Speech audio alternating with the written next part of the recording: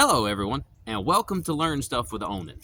I am Onen Wintercrow, and today we are going to be talking a little bit about Samhain, aka Halloween. It is quickly approaching us. So today I wanted to talk a little bit about some of the unique facts about Samhain, aka Halloween, and how you can celebrate the holiday as a modern day Druid.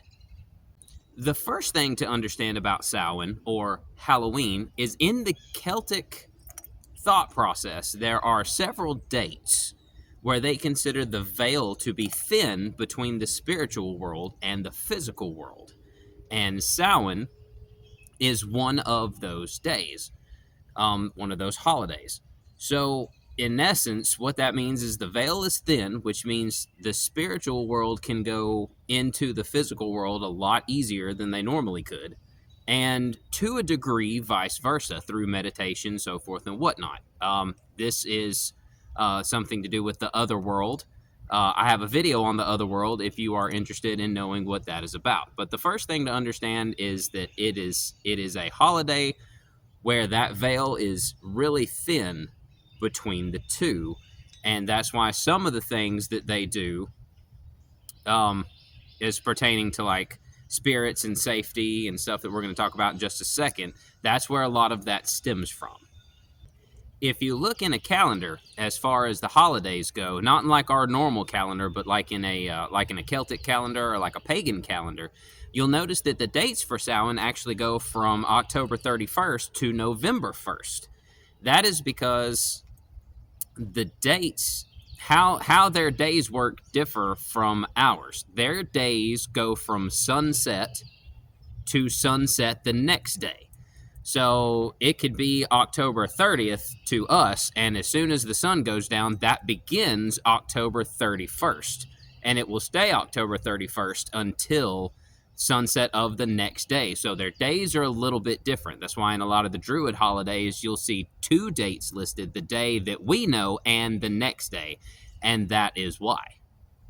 Another unique factoid about Samhain or Halloween is that some people consider this New Year's. The Celts did. There are other pagans around us who also consider that their New Year's. New Year's began on October 31st. So depending on who you're talking to or what you're reading, that is also something to keep in mind and something that you can use in your own practice if you would like to. It's kind of cool having a different New Year's than the rest of the world, and that kind of goes back into Tolkien's Elvish, where they had unique holidays that differed from the standard holidays of Middle Earth.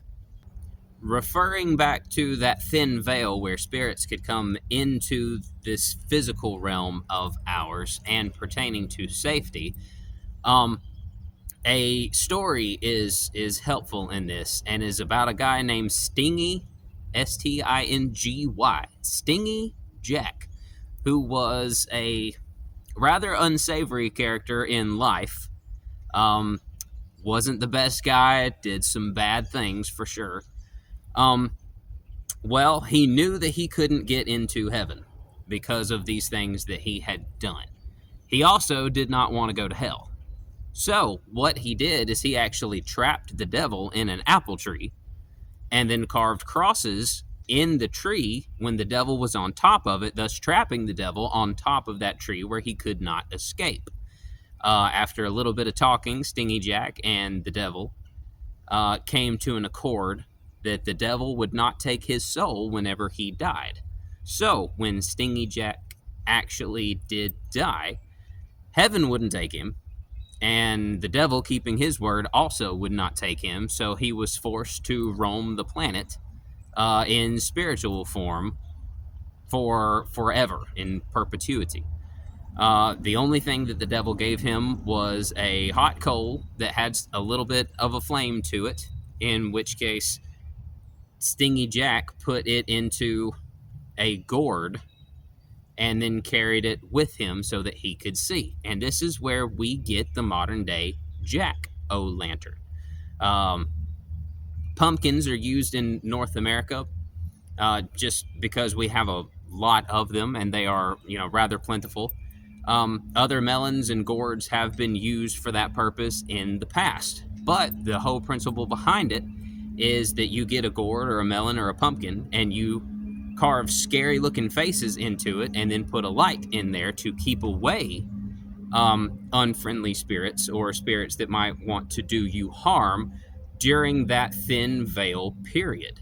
And that is where we get the jack-o'-lantern from. This is also where we get the tradition of dressing up in costumes, both normal and scary costumes. It is so any of the spirits that are around that have crossed into that veil, A, don't know who you are, and B, might be afraid of you or consider you to be another spirit, thus ensuring your safety during that time of the thin veil. And that is why we wear costumes for Samhain, aka Halloween, here. And that's where that tradition started. Again, it was a function of safety during that time of the thin veil. There's a bunch of other interesting little facts, factoids, and whatnots that you can find about Samhain and Halloween. If you'd like to go and research those on your own, you might run across some really interesting and cool things. But that doesn't really tell us about how to celebrate Samhain as a modern-day Druid, and that's what we're here to talk about today. So the big thing to keep in mind about Samhain is that it is about honoring those that are no longer with us, those that have passed away, that have gone into that other life. And that is really what the holiday is all about. So what are some things that you can do as a modern-day Druid to celebrate the occasion? Well, a couple of options. You can find a really big candle and something that you can engrave in, like a nail or something that's kind of sharp and pointy where you can write into it, and you can write the names of your loved ones on that candle and then light it in honor and memory of them. That is something that you could do regardless of your belief system. You can do all of these things. So that's one. If you can't find a big enough candle, what you could do is you could get a piece of paper, and you can write the names of your loved ones or deceased relatives or those that you admire that's no longer with you. And you can write their names on a piece of paper and maybe an interesting little thing about them, like a saying that they used to use, or some way that they contributed to your life that you still carry with you, something that they did or said, or a thought process that you still use, every day, something that left a mark on you. You can write that down on your piece of paper, fold it up, and put a candle on top of it and light it. That is something good that you can do. If you have an altar, which a lot of you probably do, if you have one, you can put pictures of your loved ones on there and still do the candle thing. But if you have an altar, you can display pictures of your loved ones, maybe note cards with sayings or phrases or something on them, and lay them out and decorate your altar for the occasion. Another thing that you could do is have a party. Invite all of your close friends and still living relatives over and have a big feast and a big fire. Fire is good for just about any occasion. Really, regardless of your belief system, it's a good, it's something that everyone does, and it's suitable for just about all holidays. Have a big party, have a big feast, cook lots of food, and everybody share stories about their loved ones, some ways that they contributed to your life, and just go around and essentially just have a big gathering of people that you love and that you're close to talk about those that are no longer with you. That is something that you could also do as a modern day Druid. So regardless of your belief system, whatever your faith is, it doesn't necessarily matter as far as this goes. The big take-home principle is that Samhain is all about honoring the dead, those that are no longer with you, that are on the other side. Do a little bit of research. You might find some cool other little rituals or of the such to celebrate the holiday. If you find something interesting and unique, put it in the comments so that we can talk about it, so that other people might know, because people are always looking for ideas on things. and some of us aren't necessarily the best researchers. So if you find anything unique, put it in the comments. I hope that you liked this video. If you did, hit the like button. If you have any questions, statements, accolades, leave them in the comments. I love to talk to people. If you haven't, please subscribe to my channel. I am Onen Wintercrow, and I will see you guys next video.